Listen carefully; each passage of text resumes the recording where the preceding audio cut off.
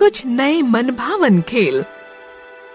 खेलों से बच्चों और युवाओं को विशेष लगाव होता है।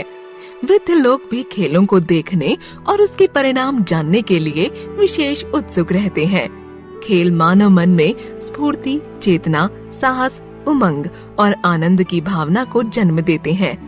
खेलों से आत्मविश्वास, आत्मानुशासन, समूह में काम करने की प्रवृत्ति और मानसिक एकाग्रता का विकास होता है।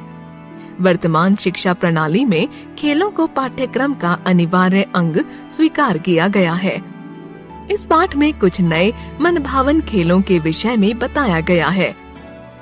जो कर्म हमें प्रसन्नता प्रदान करते हैं, वे ही हमें बुद्धिमान बनाते हैं। John Mansfield. स्वस्थ शरीर ही कार्य सिद्धि का प्रमुख साधन होता है। कहा भी गया है, शरीर माध्यम खलु धर्म साधनम। उत्तम स्वास्थ्य के लिए व्यायाम और खेल अनिवार्य है। बच्चे तो खेल का नाम सुनते ही प्रसन्न हो जाते हैं। विद्यालय में खेल के कालांश पीरियड के दौरान मैदान में दौड़ने, भागने, तरह तरह के खेल खेलने, योगाभ्यास या व्यायाम करने में बच्चों को बड़ा आनंद आता है।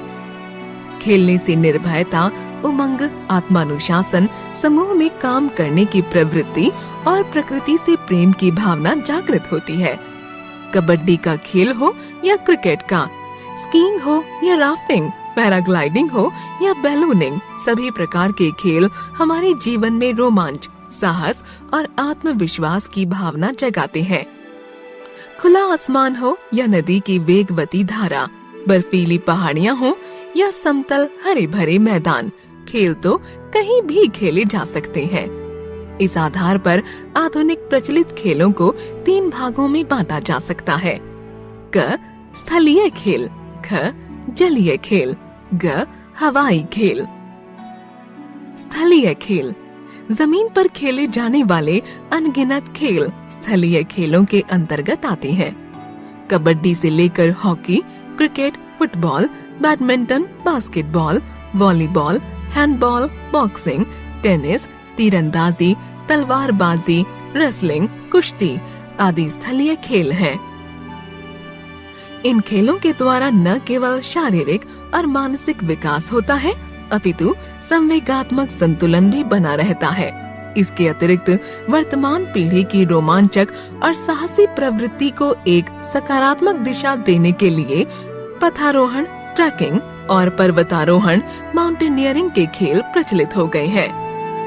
पथारोहण, ट्रैकिंग। पथारोहण का अर्थ है पैदल चलते हुए किसी प्रदेश की प्राकृतिक वनस्पति, जीव जंतु, ग्रामीण जीवन, नदी नालों, जलाशयों आदि के बारे में जानकारी प्राप्त करना। यह साहसिक भ्रमण का महत्वपूर्ण रूप है।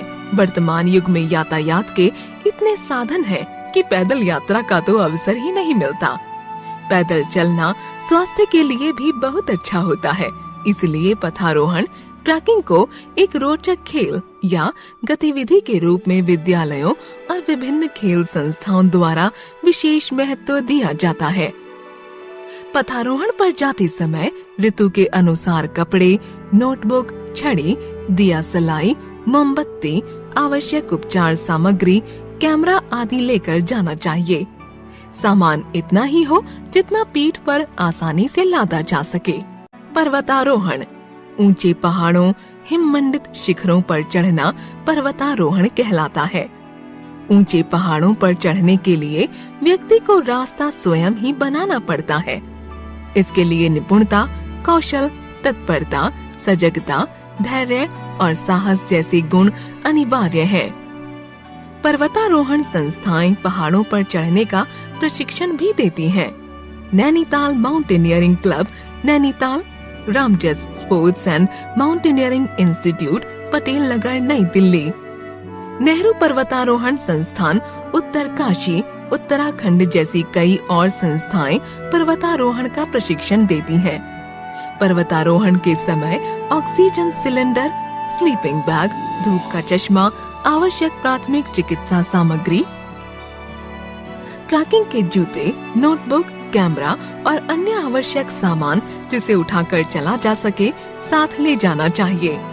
पर्वतारोहियों के साथ शेरपा कुली भी चलते हैं।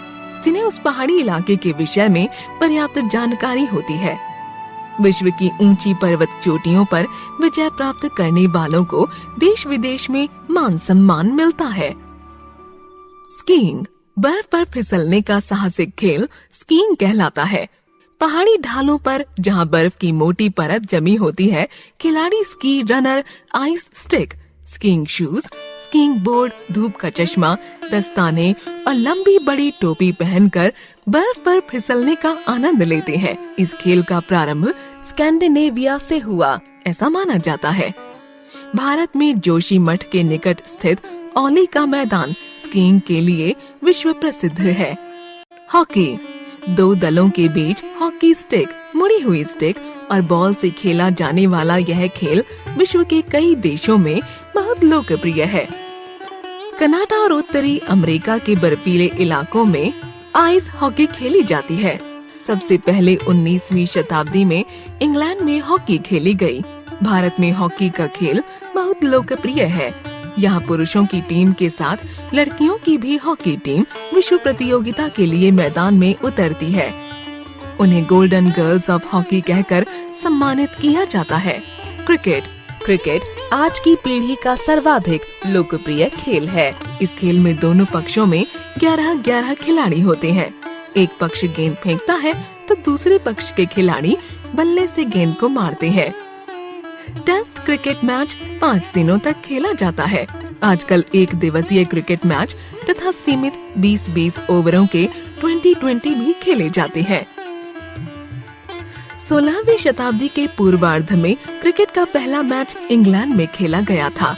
18वीं शताब्दी की समाप्ति तक यह इंग्लैंड का राष्ट्रीय खेल घोषित किया गया। अंग्रेजी साम्राज्य के विस्तार के साथ 19वीं शताब्दी के मध्य में पहला अंतर्राष्ट्रीय खेल खेला गया। यह खेल ऑस्ट्रेलिया, इंग्लैंड, भारत, पाकिस्तान, श्रीलंका, दक्षिण अफ्रीका और वेस्ट इंडीज में बहुत लोकप्रिय है। कबड्डी, यह भारत का सर्वाधिक लोकप्रिय खेल है, जिसे भारत के गांव और शहरों में बड़े आनंद और उत्साह के साथ खेला जाता है। समूह में खेले जाने वाले इस खेल में भी 2 पक्ष होते हैं। प्रत्येक पक्ष में 7 खिलाड़ी होते हैं। यह भारत के विभिन्न राज्यों में भिन्न भिन्न नामों से जाना जाता है। कबड्डी तमिलनाडु, महाराष्ट्र, बिहार, आंध्र प्रदेश, तेलंगाना और पंजाब में खेली जाती है। इस खेल के विकास के लिए kabaddi federation of India KFI की स्थापना की गई। यह खेल जापान, मलेशिया और नेपाल में भी प्रचलित है। एशियाई खेल प्रतियोगिताओं में भारत ने कबड्डी के मैच में कई बार स्वर्ण पदक जीते हैं। जलीय खेल, नदियों, झीलों, जलाशयों में खेले जाने वाले खेल जलीय खेल कहलाते हैं।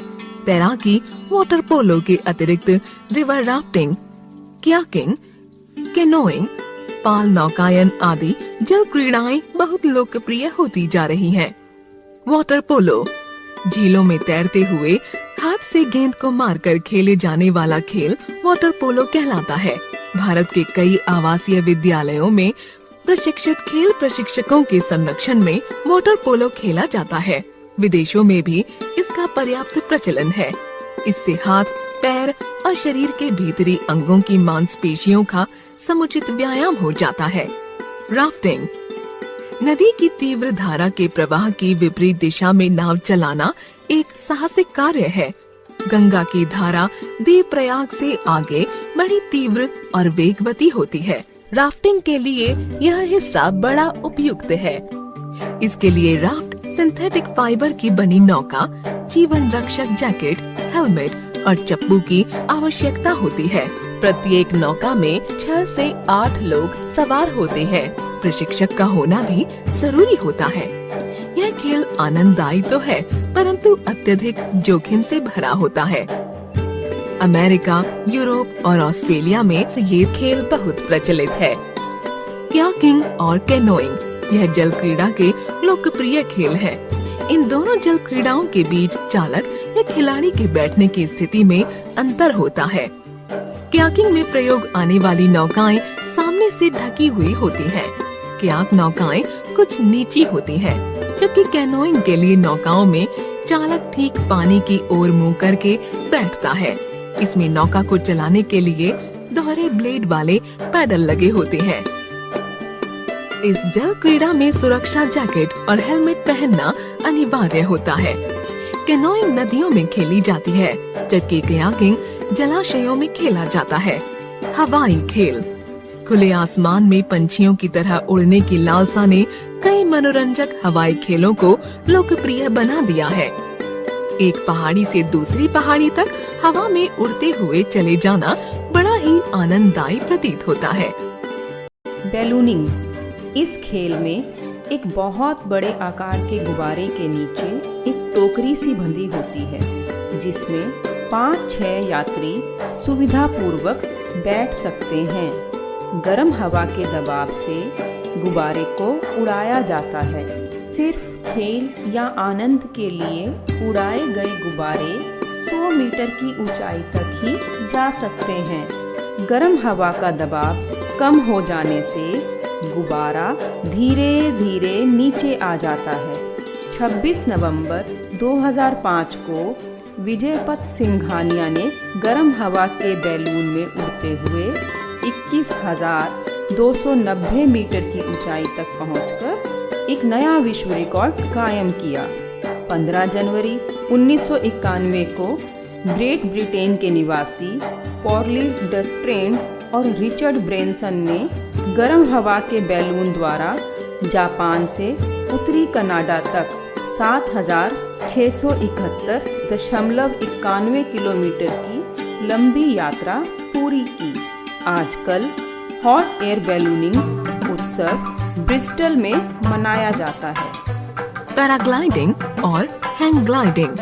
हवाई खेलों में इनकी लोकप्रियता दिनों दिन बढ़ती जा रही है। इस प्रकार के खेलों में सुरक्षा जैकेट, हेलमेट, ग्लाइडर और डोरी की आवश्यकता होती है। पैराग्लाइडिंग। इसके लिए ऐसी ढलवां जमीन की आवश्यकता होती है जहाँ कोई प्राकृतिक बाधा, पेड़ पौधे न हो, बिजली के खंभे या लोगों की भीड़ न हो, 50 से 70 मीटर तक समतल जमीन हो। पैराग्लाइडर को अच्छी तरह पकड़कर अपने हाथों को उसकी डंडी से बांधकर 50 से 60 से 70 मीटर तक सीधे दौड़ना पड़ता है, जिससे ग्लाइडर में हवा भर जाती है और खिलाड़ी दूर तक उड़ते हुए जा सकता है। इसमें स्वचालित मशीन लगी होती है। Hang gliding. हैंग ग्लाइडिंग भी इसी प्रकार से की जाती है, परंतु ग्लाइडर में स्वचालित मशीनें नहीं लगी होती है। प्रशिक्षित शिक्षकों के निर्देशन में ही ऐसे खेल आयोजित किए जाते हैं। ब्राजील, यूरोप, अमेरिका में इस प्रकार के खेलों का विशेष प्रचलन है। पैरासेलिंग। इस खेल में खुले मैदान में पैरासेल को रस्सी की सहायता से गाड़ी से बांध दिया जाता है। गाड़ी के चलने के साथ खिलाड़ी भी पैरासेल बांधकर दौड़ता है। इससे पैरासेल में हवा भर जाती है और हवा में ऊपर तैरने का आनंद आता है।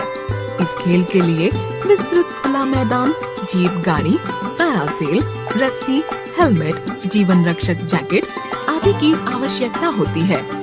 इस प्रकार ये सभी खेल हमारे मन में प्रकृति के भव्य उदार रूप को समझने और प्रकृति के साथ मित्रवत समय बिताने की प्रेरणा देते हैं तथा व्यक्ति विशेष में उत्साह, मैत्री, आत्मनिर्भरता, साहस, धैर्य, सहिष्णुता, उदारता जैसे गुणों को विकसित करते हैं।